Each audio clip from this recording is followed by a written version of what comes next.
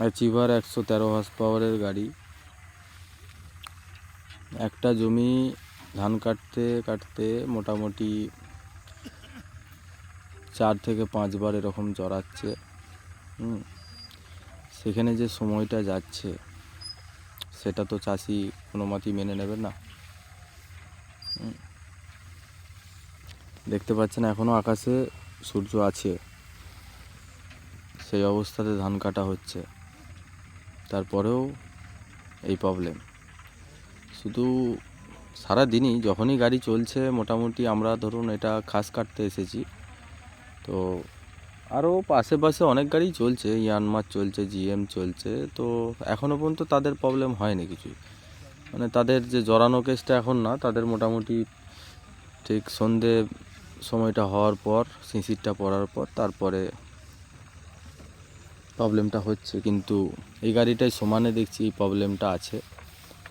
সেটা মাসুরি কাটছিলাম তখনও দেখেছি, আজ যে ঘাস কাটছি সেখানেও দেখছি এই প্রবলেম। তো গাড়িটার মেকানিক অনেকবারই এসেছে। গাড়িটা আজকে হয়তো 16-17 দিনের গাড়ি, তার মধ্যেই 4 বার মেকানিক এসে গেছে গাড়িটা বাগাতে। এখনও পর্যন্ত গাড়িটার ফার্স্ট সার্ভিসই হলো না। আপনারা ভেবে নেন তাহলে গাড়িটা কত ঘন্টা চলেছে। গাড়িটায় অনেক প্রবলেম। এক তো আপনার ধানে ময়লা যাচ্ছিল, সেটার প্রবলেম, ওটাও এলো। মিস্ত্রি যেটা সলভ করেছে সলভ করার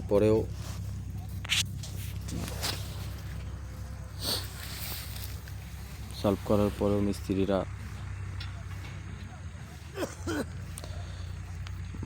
ওনারা বলছেন যে লাস্ট অ্যাডজাস্টিং করে দিয়েছি, এর ওপরে আর হবে না। তারপরেও ধানে ময়লা যাচ্ছে।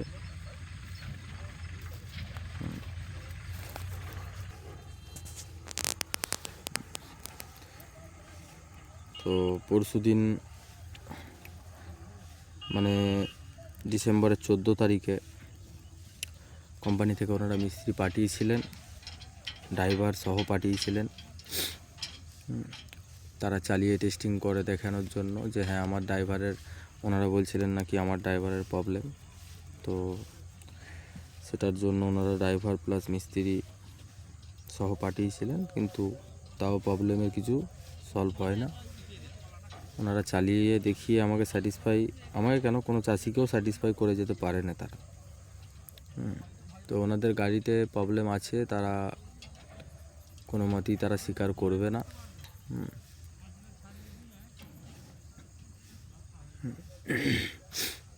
এবার আপনারাই বলুন যে এটার কি করা যেতে পারে। কারণ বুঝতে পারছি একটা ভুল হয়ে গেছে, জিনিসটা কেনা হয়ে গেছে, নেওয়াটা একদমই উচিত হয়নি এই গাড়িটাকে। তাও এখন যেহেতু নিয়ে ফেলেছি, সেহেতু এটার ওপরওয়ালা যেটা কপালে রেখেছেন সেটাই হবে, সেটা ঠিকই, কিন্তু চেষ্টাটা তো আমাদেরকে করে যেতে হবে। তো দেখা যাক, শেষ চেষ্টা পর্যন্ত চেষ্টা করব যে এটার কি উপায় বেরিয়ে আসতে পারে। কারণ আমার মাঠে নিয়ে এই যে আজকে যেখানটা ধান কাটছে, তো এটা নিয়ে 3 নম্বর মাঠে গাড়িটা পড়েছে। তো প্রত্যেকটা মাঠে মোটামুটি গাড়িটা সুস্থ সবলভাবে একদিনও চলেনি। গাড়িটাকে নিয়ে রোজই কিছু না কিছু নাড়াঘাটা করতে আমাকে হয়েছে। তো সেই কারণেই গাড়িটার প্রতি আমার পুরোপুরি মনটা ভেঙে গেছে। না হলে গাড়ি মাত্রই প্রবলেম হতেই পারে, কারণ এটা একটা মেশিন। এটা একটা প্রবলেম হতেই পারে, না হওয়ার কিছু নয়, সেটা আমি বলছি না যে হ্যাঁ প্রবলেম হবে না, কিন্তু হওয়ারও একটা সময় আছে যে হ্যাঁ গাড়িটা 500 ঘন্টা কি 600 ঘন্টা কি 1000 ঘন্টা গাড়িটা রান করেছে, তারপরে কিছু একটা প্রবলেম হচ্ছে, এটা একটা মানা যায়।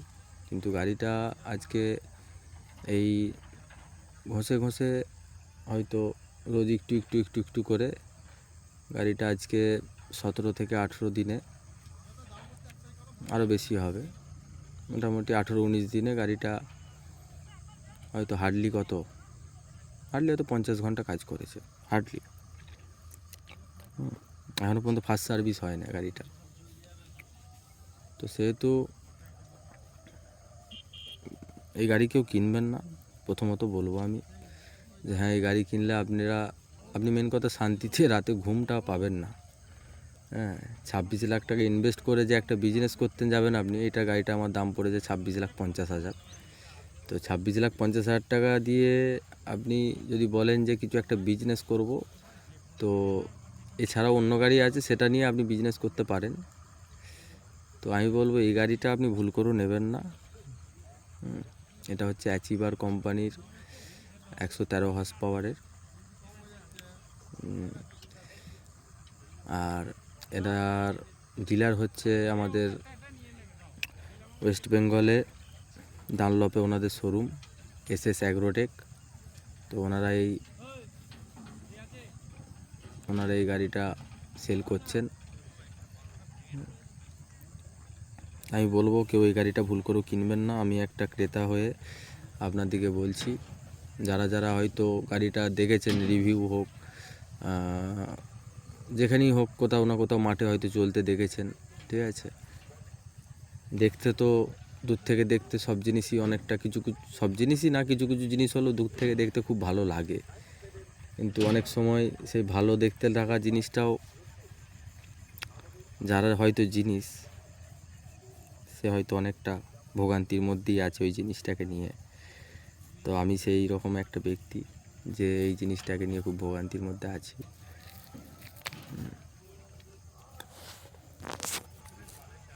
তো এটাই বলবো, এই গাড়িটা কেউ কিনবেন না। গাড়ি যেমন তেমন সবই ঠিক আছে, সেটাও মানছি, হ্যাঁ খারাপ হয়েছে।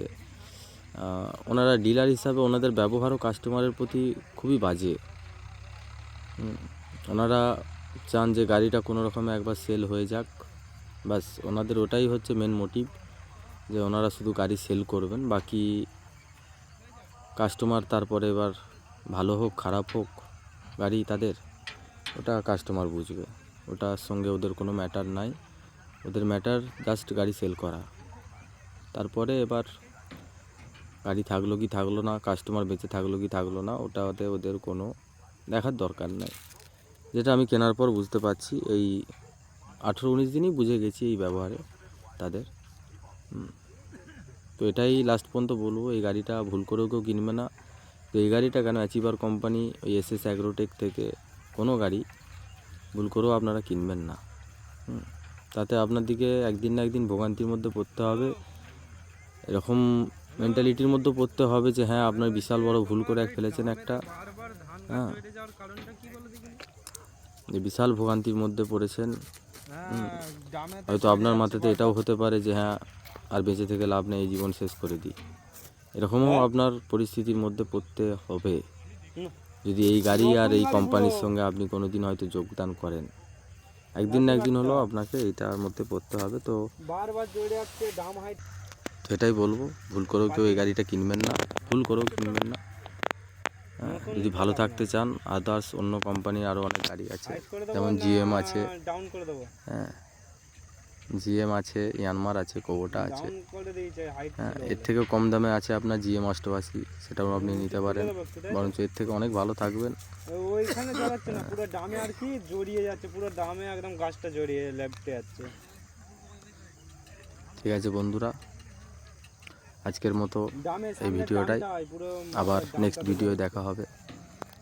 দয়া করে ভিডিওটি লাইক করবেন, শেয়ার করবেন, সাবস্ক্রাইব করবেন, আর বলবো যে ভিডিওটা বেশি বেশি করে শেয়ার করুন, যেন আরও যেসব গাড়ির মালিক আছে কি এই যারা হয়তো এই গাড়িটা কিনেছে, কিনে আমার মতোই হয়তো তারা ঠিক আছে এই অসুবিধার মধ্যে আছে, তারাও ভিডিওটা যেন দেখে, তারাও যেন শেয়ার করে, এটুকুই বলবো। আর ভালো থাকবেন, সুস্থ থাকবেন।